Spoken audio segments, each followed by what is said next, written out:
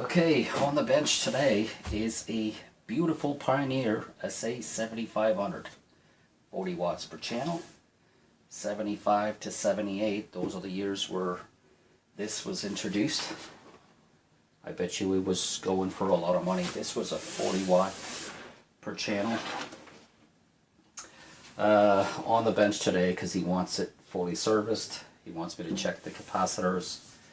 If there need to be some change, I will. Wants me to check the bias and do a full service with this, and I do believe that it needs it pretty bad.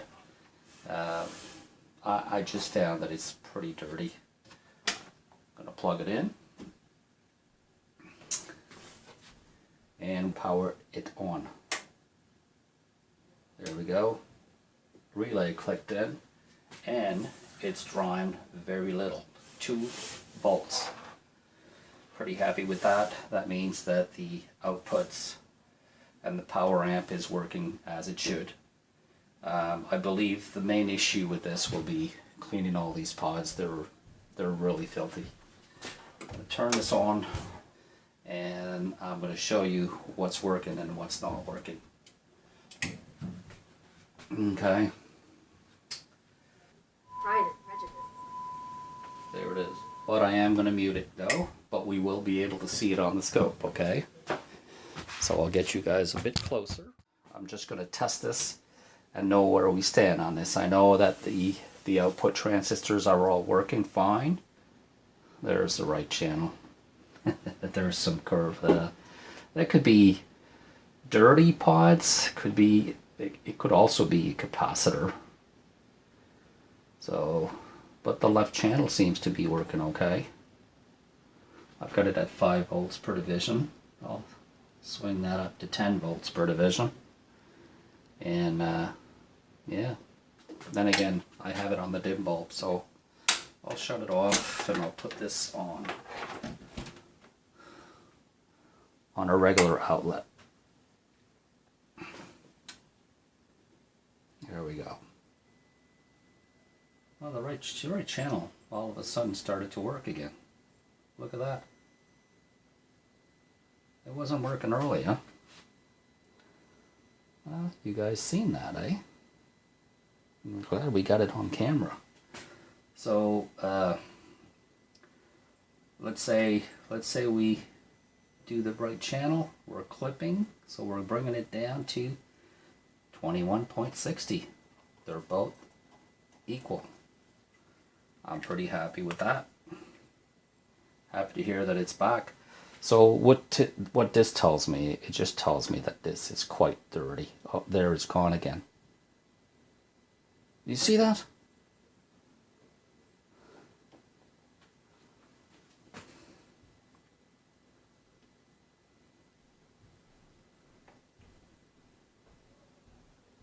Something is happening.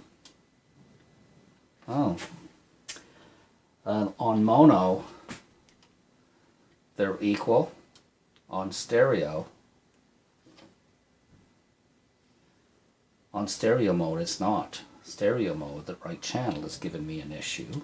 But as soon as I put it on mono, it's equal. So we're having an issue with this. Okay. I don't know if you guys could see that, but so this is on stereo right now, and if I put it on mono, the speakers come back equal. So we're having an issue with the mono stereo output. Okay.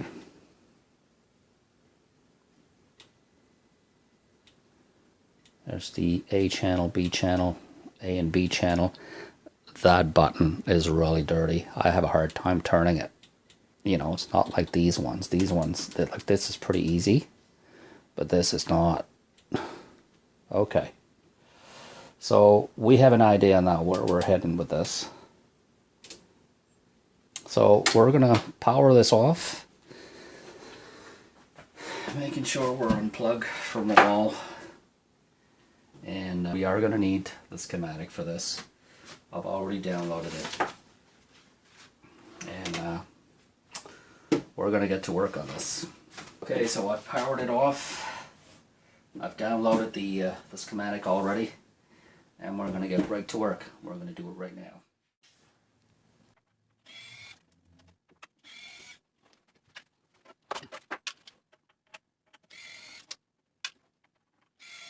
And here we go.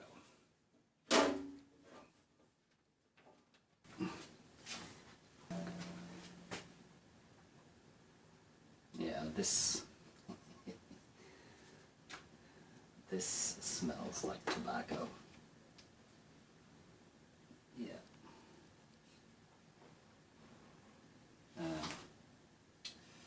Okay. Well, first of all, I'm going to unplug this, and I need to take this outside. It's right full of cat hair and dust. Me and dust do not work well together. Okay, I'm going to take the bottom plate off.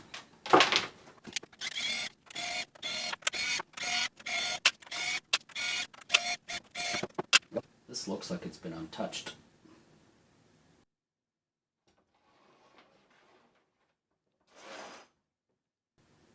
Just beautiful. Untouched receiver. They're in cigarette ash. They use this for an ashtray or what? I don't know. Alright. I want to take care of this right now.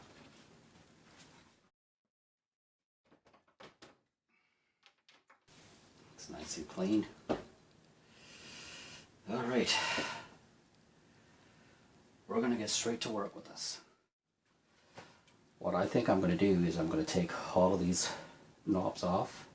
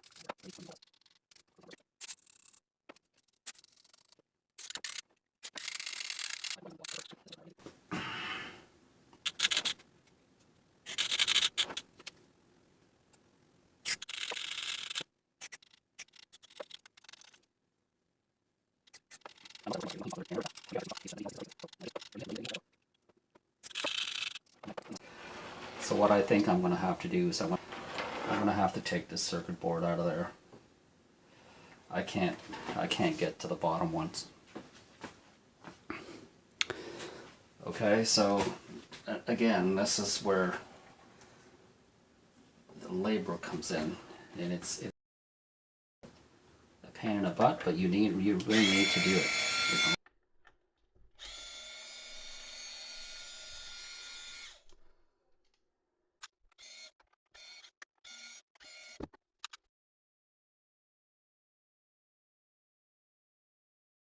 Exposing all of those here on the bottom, which really need to be done.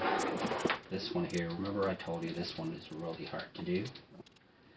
I'm going to spray some heavy duty circuitry here.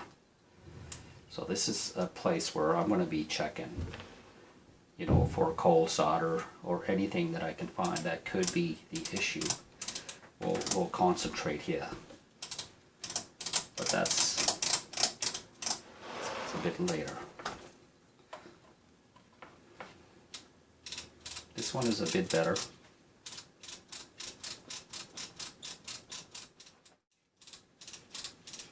Yeah, it's a lot better.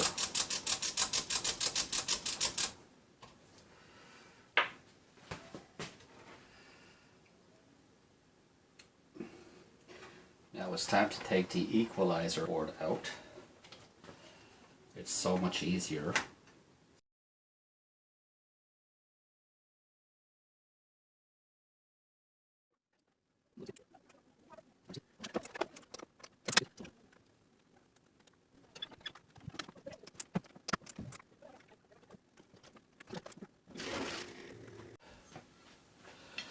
Okay, nice and clean. I'm ready to put this plate back on.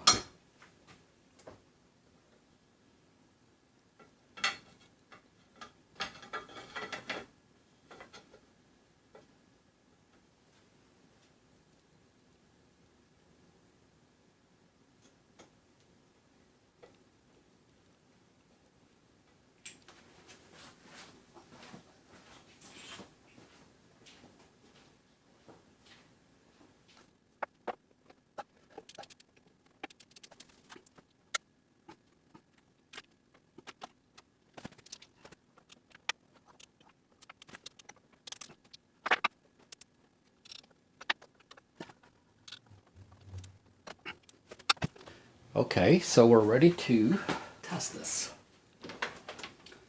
I'll try the dim bulb first, just to make sure. And the relay clicked in. I'm good to go. So we're going to hook up the speakers. Okay.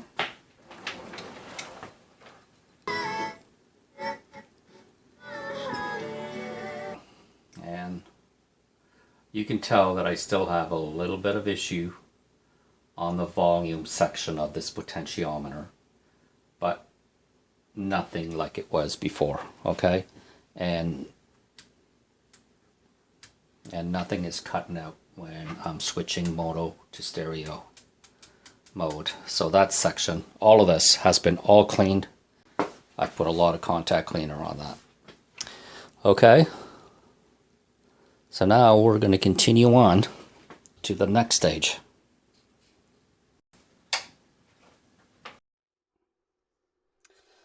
I'm at the bias stage where I want to set the bias.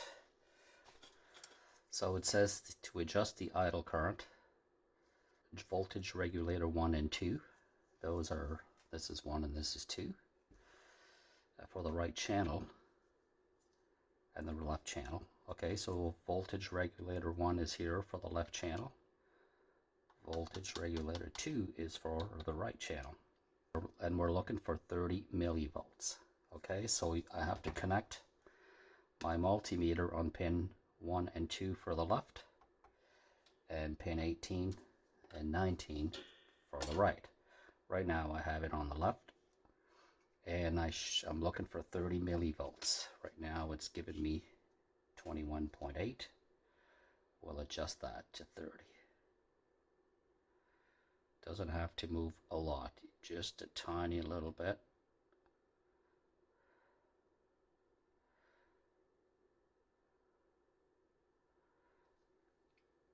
I've got 30.8 right there. 31, so I'll kick it down a notch.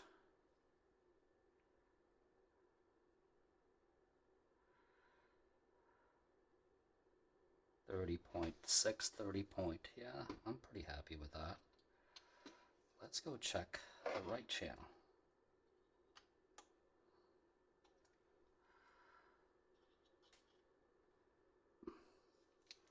The right channel is at 25.9.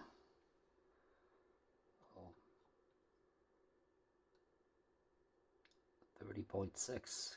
Got it right on that one. So 30.6. The right is at 31, so I'm just going to kick this back a tiny bit. 30.3.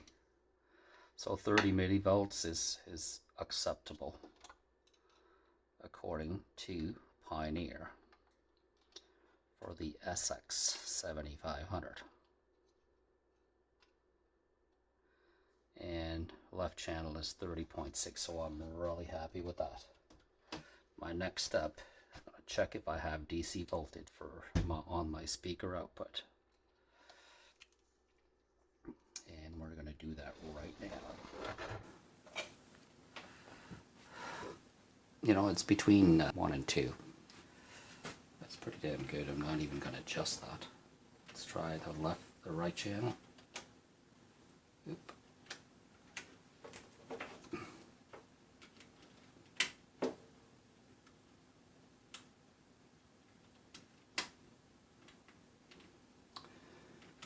the right channel is also the very best. Do this with millivolts. Yeah. Not even going to bother adjusting that. That's bang on. Okay. 1000 hertz. Put this on 8 ohm. There we go. I'll mute this. Okay, everything is on neutral. Okay, here we go. You can see the scope as well. There you go. And, oh, I've got distortion there. I'm kicking this back. And I'm at 19.20. 19.20. You noticed how I have a scratchy volume. And I cannot get that out of there. There is a faulty volume pot where I'll show it to you guys. There's the volume pot, and if I move it, if I move this, it moves the whole shaft on the inside, and it's got nothing to do. This is on tight. There's not much I can do about this. It's the inside of this, and the balance seems to be okay, but it's the volume part of it. So it's working okay, but you can tell when I'm moving it, it's actually moving on the inside. So it is too bad, but it is what it is. That comes with the territory, but easily fixed. If you had one of those to replace, this would be perfect. Other than that, it's pretty damn clean. Changed a capacitor on this board, and I've changed 2 capacitors. Seeing 2 capacitors. Oh, it was underneath here. Sorry, it was underneath here. All the rest of them are all testing good. Okay, so I've cleaned it all out. Looks really nice. I think the customer's going to be happy. And I've showed you the issue that we had prior to cleaning and testing. This unit was awful. It was really scratchy. This mono stereo was not working properly. If I had it on stereo, I would lose the right channel. On mono was okay, but these were really super dirty. Okay. Okay, this wraps up the Pioneer SA7500. The potentiometers and the switches were extremely dirty. I've showed you how it worked before we cleaned it out, and now it's working perfectly. So I've called the customer and he's going to pick it up. If you like my video, thumbs up and subscribe to my channel. I would really appreciate it.